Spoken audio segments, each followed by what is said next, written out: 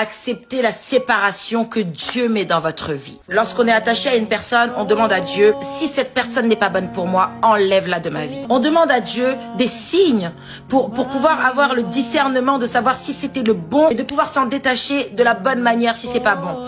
Et lorsque le Seigneur, le Saint-Esprit va nous mettre des signes dans nos vies pour pouvoir nous donner le discernement, on va être genre, non, je pense que c'est pas le bon moment.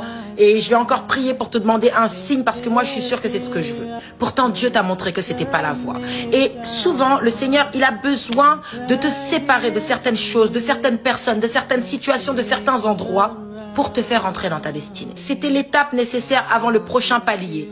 Tu vois, ces personnes, ces endroits, ces situations étaient l'étape nécessaire avant le prochain palier.